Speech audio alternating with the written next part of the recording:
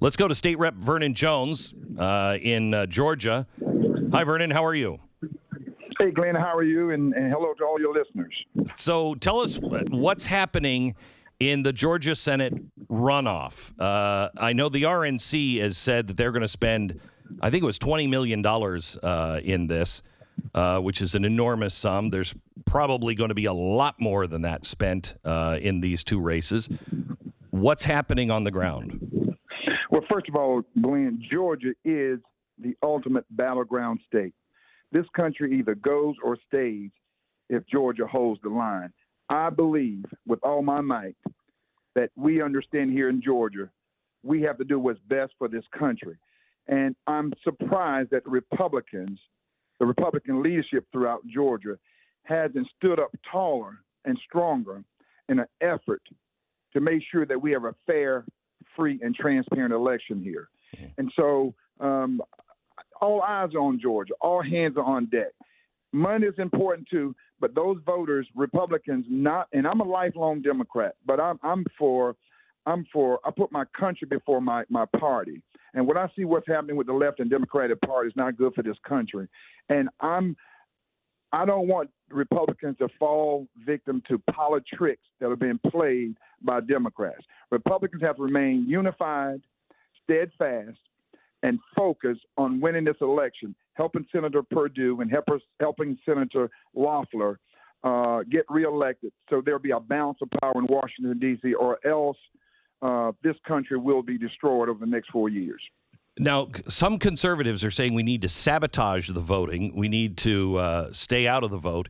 I think this is, as you would agree, extraordinarily stupid and will lead to the destruction and dismantling of all of your constitutional rights. Warnock himself is, oh my gosh, radical. Do Georgians see him as radical? Let me tell you, if the conservatives feel that way and they want to stay home, then look for your Second Amendment to be taken away from you. Look for your local police department to be defunded. Look for the squad, AOC, and that crowd's I call it the bad deal. There's no green deal, the bad deal, how it's going to affect their neighborhoods. If they think that they are comfortable in their homes with their businesses, watch these tax increases. Watch what Biden does. You cannot cut your nose off to spite your face. Now I know what that means when my grandmother used to say that. We have to understand we have to bite the bullet. It's like medicine. It tastes bad going down, but we'll feel better later. We have to hold the line in Georgia, and I want conservatives to come out and not be disarrayed, not be dismayed, and not be disorganized, because I say this. An unorganized army brings about victory. Not for them, but for the other army. Have you seen the billboards that Really American PAC, a Democratic group, they're putting out, where they say Perdue and Loeffler did not deliver for Trump, don't deliver for them, making it seem as though it's a Democrat, or because it's a Republican PAC, but it's not. Have you seen them, and will this work? I've heard about them. That's the oldest book that's the oldest trick in the book, I should say. Fake left and run right. That is part of them disorganizing and causing Republicans to be fighting among themselves.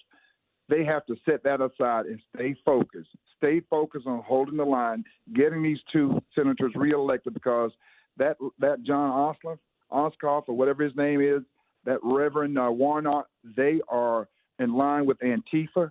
They are in line with Black Lives Matter. And you and I both know that all lives don't matter to Black Lives Matter. Even Black Lives members are saying now that the corporate part of Black Lives Matter is leaving them behind. So there's that is being sowed to keep people divided.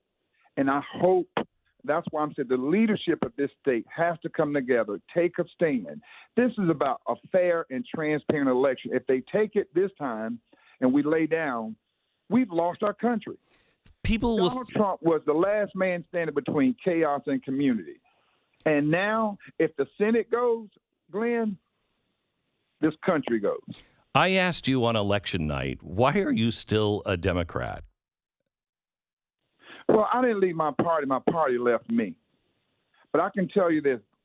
I'm getting fed up with the Democratic Party because they're a part of the crowd, including Stacey Abrams and this so-called, I call it unfair fight. They're the ones who are disenfranchising voters by not wanting the recount, not wanting all of the irregularities being reviewed.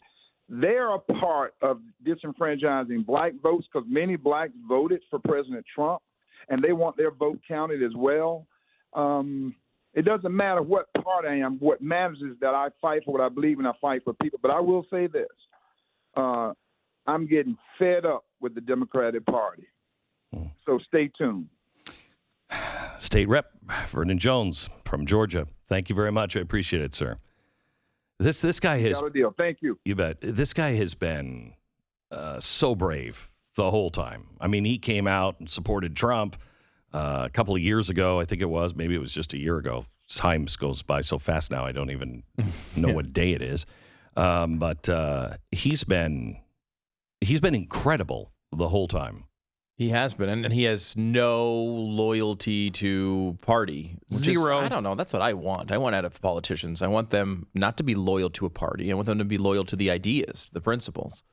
And very rarely does that happen anymore. It's well, nice because to see what it with are the Vernon. principles of either party? Seriously. Yeah, I don't care. Yeah. The parties, again, are just vehicles to win elections. That's No, what I know they're- that, but I mean, they should be the vehicle that is driving the principles. You know what I mean? Right. I mean, it should be taking those principles and advancing them. Exactly. Right now, all that's being advanced is power. You know, and that's the problem. I think most people have is what I mean. Who do you trust? Do you really trust the GOP? No. Do I trust the Democrats? No, because the Democrats have been eaten by Marxists. They're gone. And the ones that remain want a one-party system. So no thank you. No thank you. That's, I think, the thing that people liked about Donald Trump was he was outside of the system. He didn't really have any friends. And it was because he was trying to do what he felt the people wanted. And that just does not sit well with people who are going to lose money and power. And that's what those parties are all about. This one in Georgia, however, if you are a conservative or if you just would like to balance things out a little bit and make sure there's not an open runway for them just to launch plane after plane after plane to be able to attack our Constitution and our principles and values, we need those 2 seats. Those 2 seats must go to Republicans. Both would be really good. You need at least one. I just feel at like least one, I think, and then you get a tie. Now, tie would get you 50 to 51-49 Republicans. However, that means you depend on Lisa Murkowski for every vote, and Susan Collins for every vote, and Mitt Romney for every vote, which is not a good place to be.